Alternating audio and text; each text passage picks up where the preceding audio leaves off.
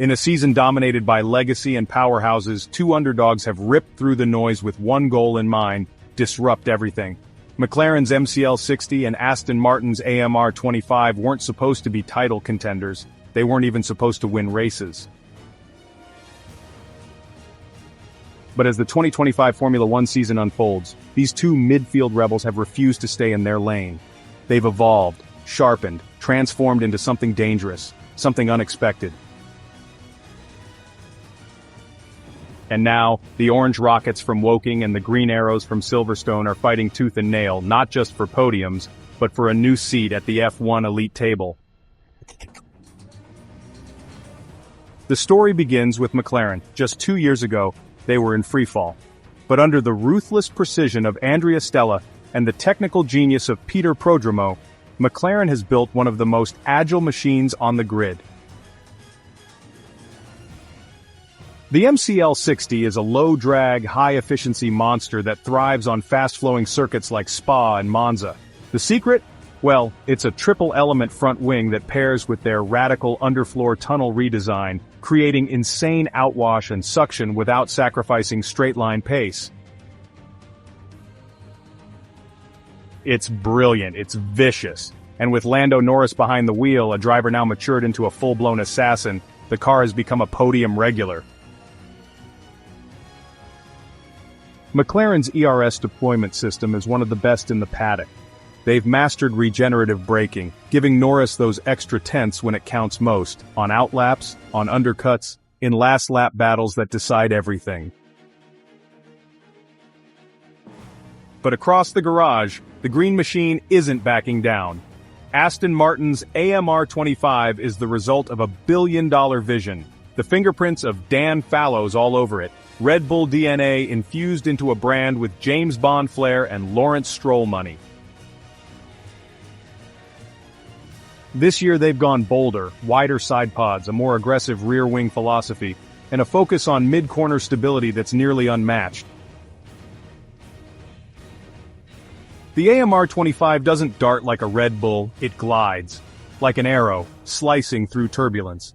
On technical circuits like Hungary or Zandvoort, this car sticks like glue. And Fernando Alonso? He's not just defying age, he's rewriting it.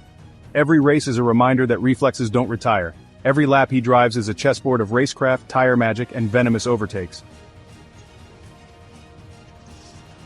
Aston Martin may not have the raw pace of Ferrari or the top-end speed of McLaren, but they've mastered consistency. Race after race, they deliver points. And now they're starting to steal podiums too. The tension between these two teams is electric. In Imola, it was Norris versus Alonso, wheel-to-wheel for 18 laps, a masterclass in defense and patience.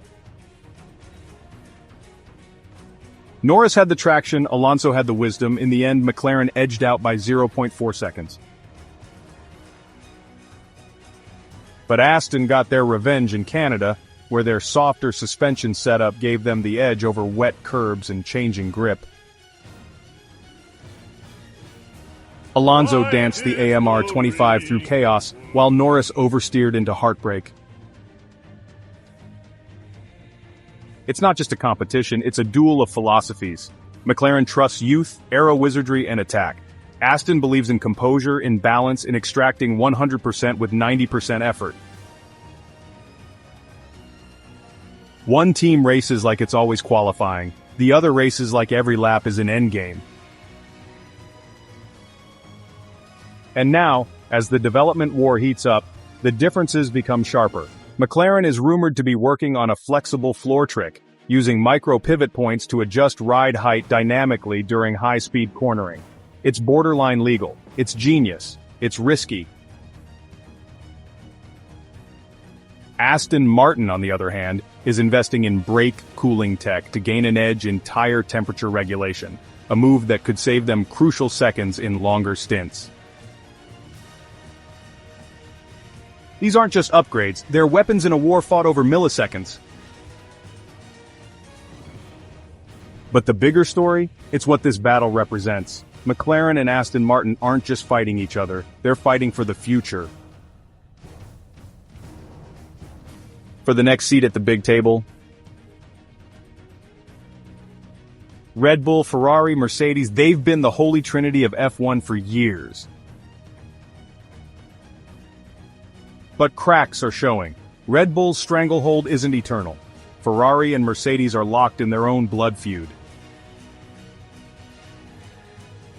And in the shadows, McLaren and Aston Martin are building empires, hungry, calculated, merciless.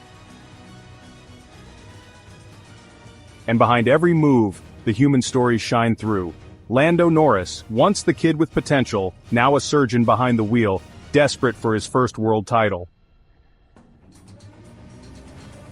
Fernando Alonso, the gladiator who refuses to age, clawing for one last chance at legacy. Oscar Piastri, the quiet killer waiting for his moment to rise. Lance Stroll, the wild card with something to prove in his father's empire. Every battle between these teams is a clash of generations, mindsets, and dreams. The war didn't pause, it intensified.